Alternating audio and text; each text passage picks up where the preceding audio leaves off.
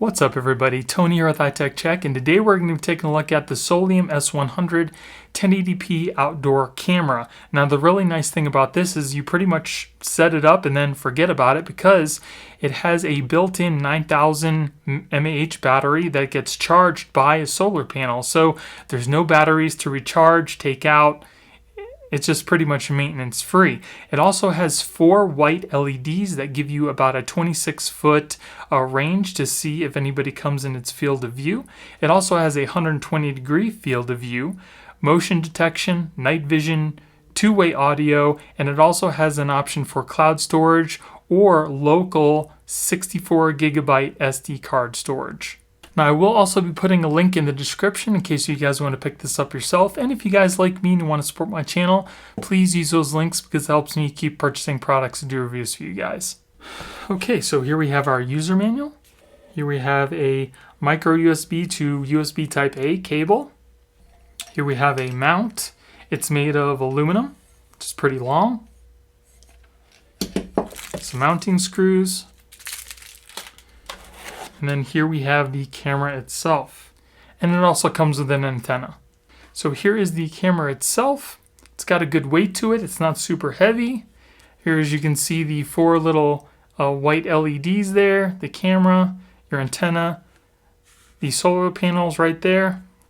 And then on the bottom here, it's got a little spot for your SD card, a reset, and a power button.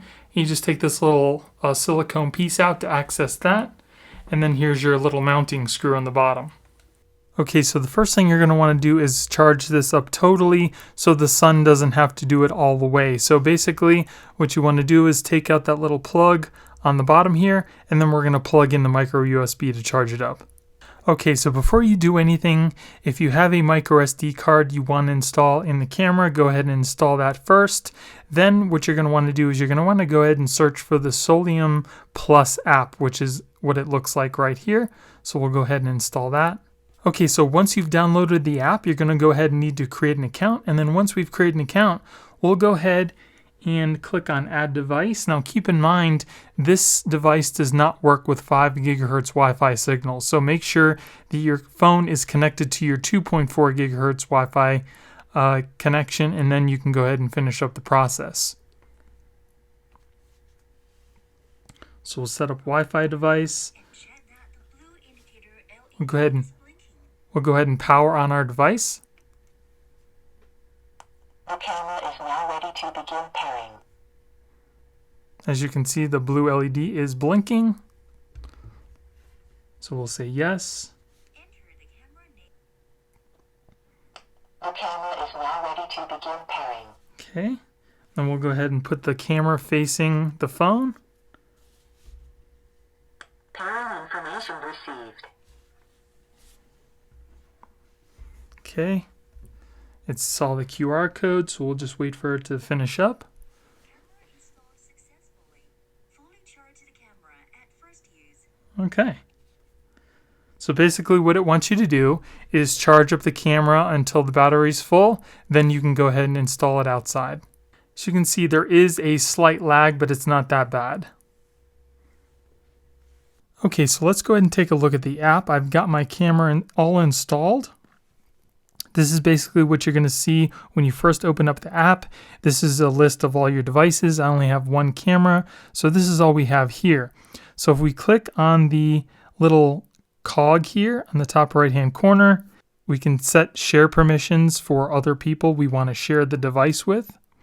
We can also choose our cloud service. Now, so you get a month's free trial with the cloud storage, then you have to pay, and then you either have the option to use your local SD card storage, or you can just continue with the cloud storage. So I'm going to go ahead and do the cloud storage. I'm going to do our free trial, and the trial is activated. We can also turn on and off our notifications with the little notification bell here. And if we go down to the bottom, we can see all of our cloud video that we have stored. As you can see, I have some already here. And then our album is a list of things that are saved actually on our phone.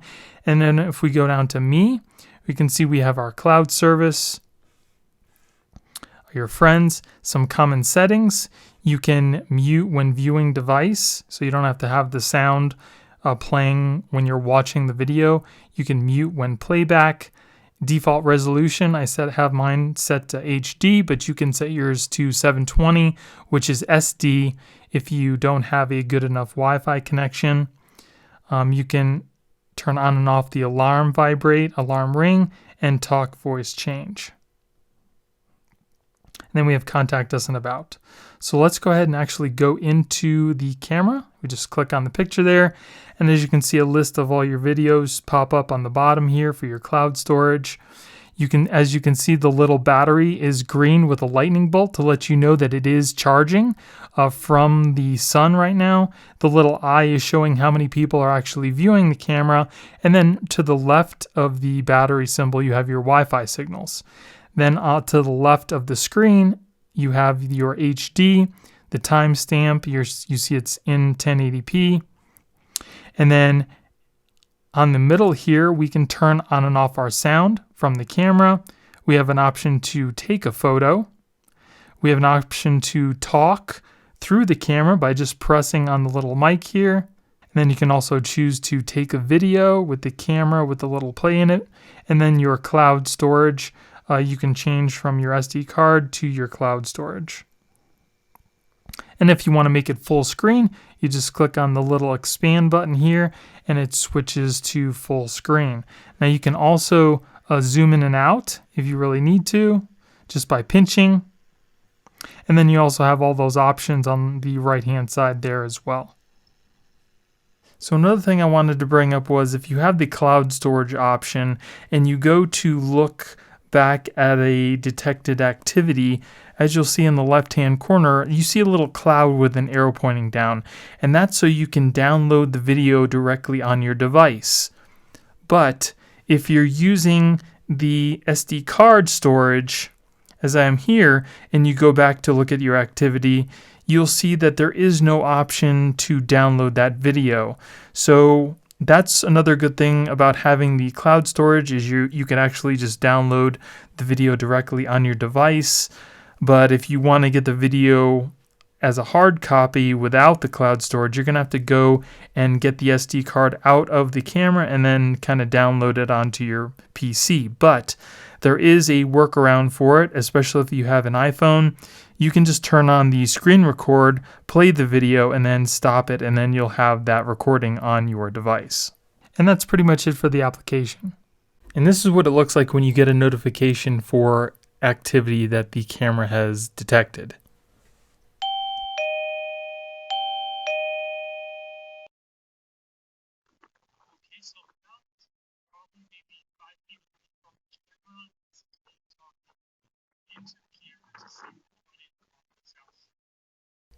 So this is going to be a little sample of what the voice and volume sounds like coming from the camera to talk to somebody on the outside. Now this first clip is going to be of the audio just as it is directly from the camera as me recording from outside. So this is what you would actually hear. The next couple clips are going to be enhanced just so you guys could actually hear what it sounds like. And then this is what you would hear on the opposite side of the camera. And then this is what someone would hear on the opposite side of the camera. You also have the option to change your voice. You also have the option to change your voice. So here's some video that I'm showing you with all of the lights turned off around my house. The only lights that are on right now are the 4 white LEDs directly from the camera. And as you can see, unless I'm right underneath the camera, it's kind of cloudy and not really easy to make out who or what is around the car. But as you can see, once I turn the lights on around my home, the picture quality gets a lot better.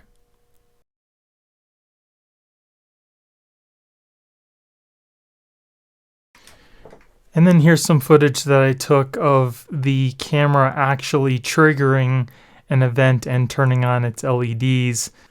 This will give you an idea of what it looks like all lit up from an outsider's perspective, as well as how good it lights up the area around my garage. So as you can see, the camera does light up the area closest to it pretty well, but as you can see on my driveway, as we get a little further away, the light is much dimmer actually on the driveway itself. So I thought this was pretty funny. And I also thought it was ironic that I just got this new camera and it picked up somebody trying to steal something off of my front door. But come to find out, with talking to my wife, she actually put something out there for somebody to pick up for free, so false alarm, but it did still capture it.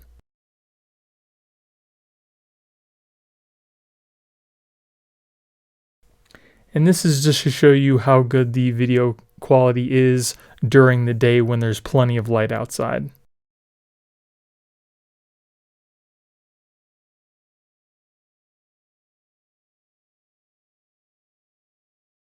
Now, mounting this camera was really easy and straightforward. All I used were the mounting screws that came in it, and it was up and running within about 15 to 20 minutes.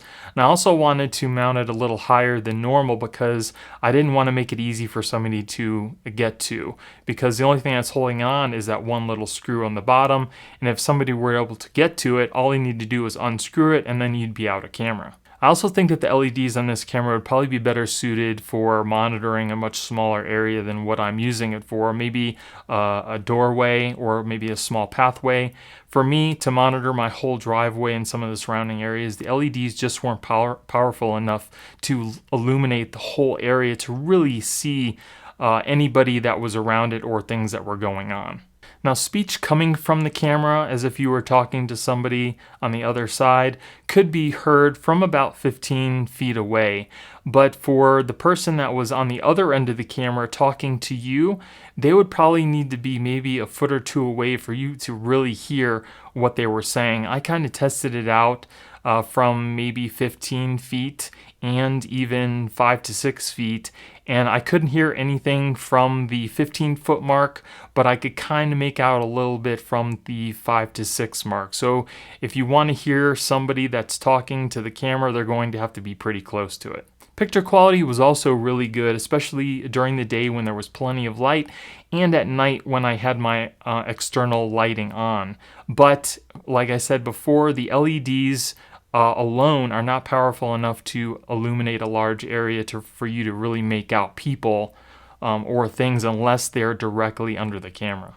There also isn't a setting to specifically monitor a certain section of what the camera can see, so you want to put this camera somewhere where it's not going to get a lot of movement unless you want a lot of notifications. Now, you can also turn down the sensitivity of what it detects, and basically what that does is it delays its trigger. So if a car goes by pretty quick or a bird flies by, it won't set off the notification. But if somebody or something lingers in its area where it can see, that's when it'll go ahead and trigger a notification or an event. Signal's also been really good. Even with its little antenna that it has, there hasn't been a time where I checked the app and it had trouble connecting to the camera, and it is pretty far away from my wireless router. Battery life has also been really great. The amount of sun that it gets every day is definitely enough to top it off to 100%, and I actually have never seen it go out of the 90% range. So there were a few cons, but I definitely think this camera has a lot of good things going for it, and I would definitely recommend it for anybody looking for an outdoor security camera where you don't have to run any wires or change out any batteries. So I will be putting a link in the description in case you guys want to pick this up yourself. And if you guys like me and you want to support my channel, please use those links because it helps me keep purchasing products to do reviews for you guys. So I hope you guys enjoyed the video. If you did, give me a thumbs up. Don't forget to subscribe and hit that little notification bell to let you guys know when I put out new videos. Thank you guys for watching. I hope you have a great day, and I'll see you in the next one. Later.